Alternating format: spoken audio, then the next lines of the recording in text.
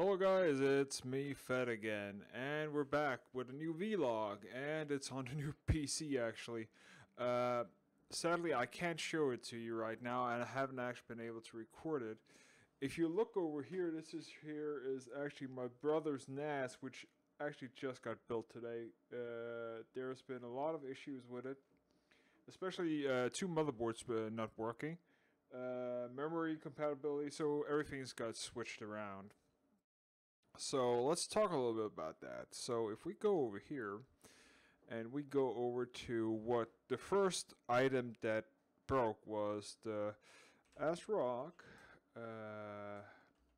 this here motherboard.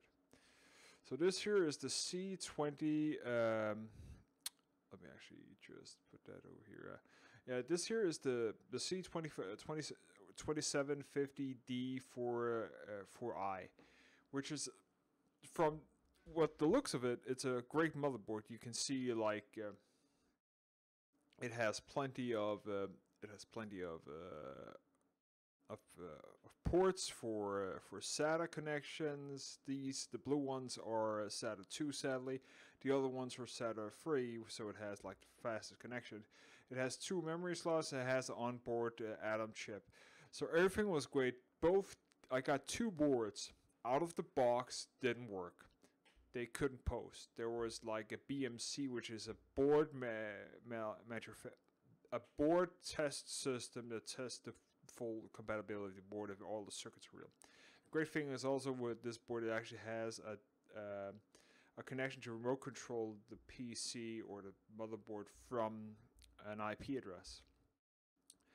Well, this board here 2 times got burned. The third time, the manufacturer or the retailer told me that the board actually was working for them, and I told them, "What did you do?" Well, we put in memory, and it wasn't the same memory that I had, but this memory they put in worked, and they said put in power, and then it worked. It was just like, okay, you got it to work, but I can't get it to work with this here setup, so I don't want it.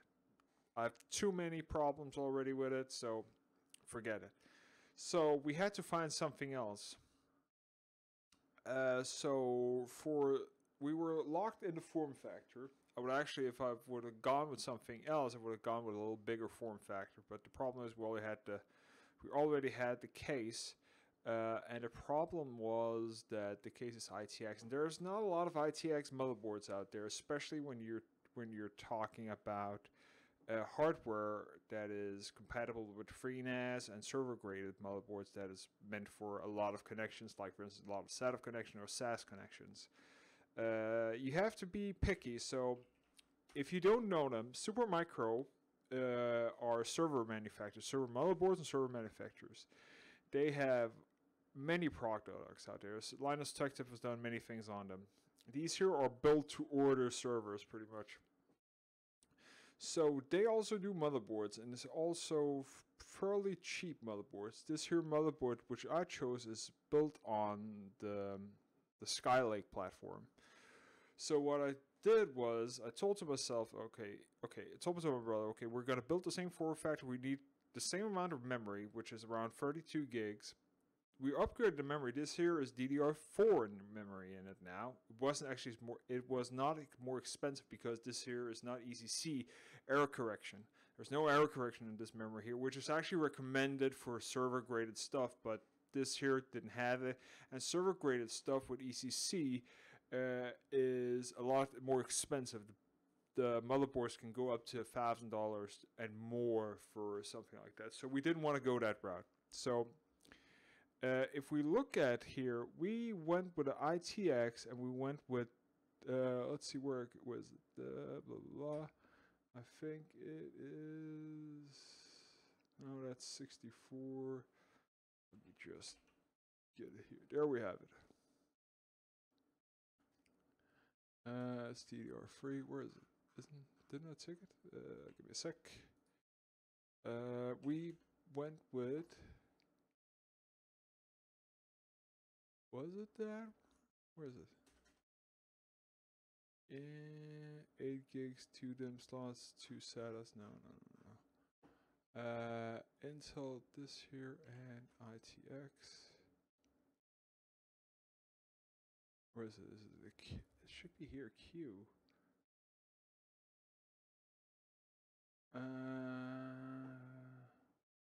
It's the core. Here we go. Xeons. It wasn't Xeons. It was just normal stuff. So cores. There we go. There we go. Here we have it. So we went with this board here because it's built on a Skylake platform. This here is actually Q170. It's not Z.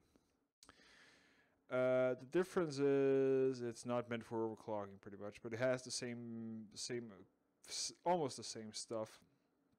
Supports i5, i3, i7. We went with the i3 on this here, which is plenty for FreeNAS. We went with 32 gigs of memory. We still went with the same disk and everything. And the only thing problem was here, this here only has 5 SATA connections on the board. So what we did was get a StarTech expansion slot for it, because this here board actually has an expansion slot, so you can get a PCI Express times 2 or times 4. I think it's times 1 actually, and that's not that more expensive. I think it's like $50 or something, 50 to $100, and you will get actually up to 4 slots more. And that's a total of 9 SATA-free connections. Plenty for it. This here only supports 8, so he has actually 1 free. The great thing also is that this here is actually a USB slot where you actually could plug in your USB device if you wanted to have it internally instead of using some of the external ports. But we went with an external port. Easy socket. I went with the Intel stock cooler. I actually have a separate cooler, but I don't think it could fit in the case, so didn't do that. The only thing here is that you need to remember this here board is SODIMM, so this here is not full length DIMM slots of DDR4 memory. This here is laptop memory you need to put in. Also one of the reasons why it's not ECC.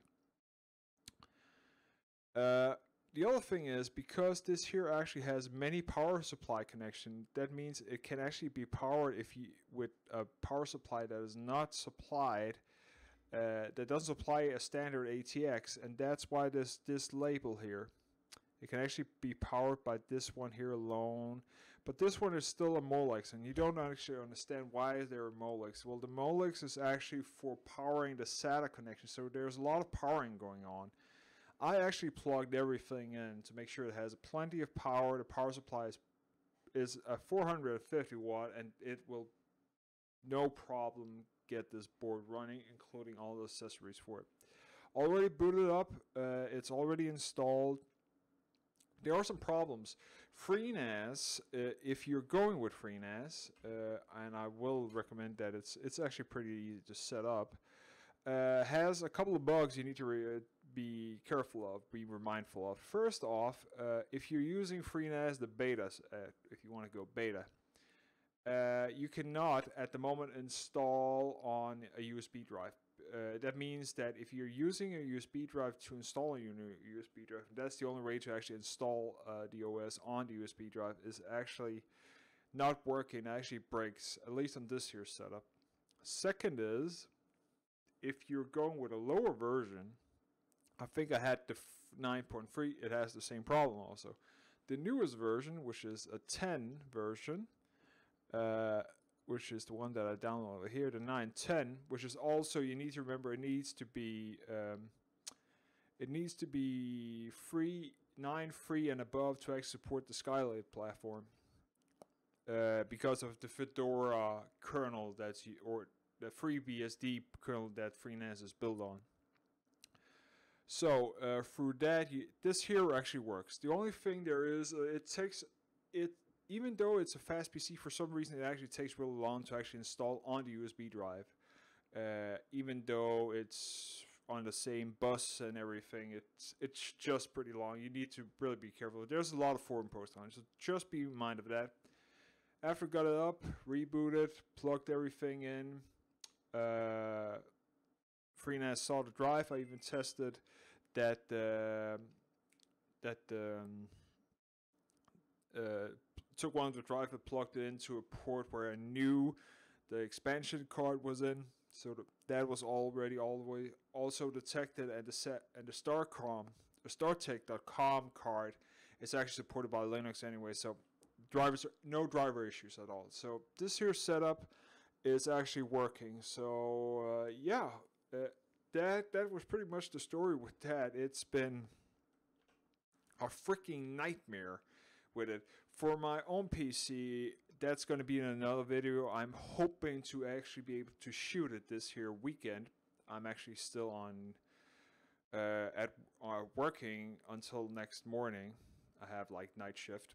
And for that, I'm gonna shoot something about it. I'm gonna talk about it and talk about all the challenges, what happened, and hopefully give you a little bit of information and see my cool new build, which already has a name, and that will be in the video description.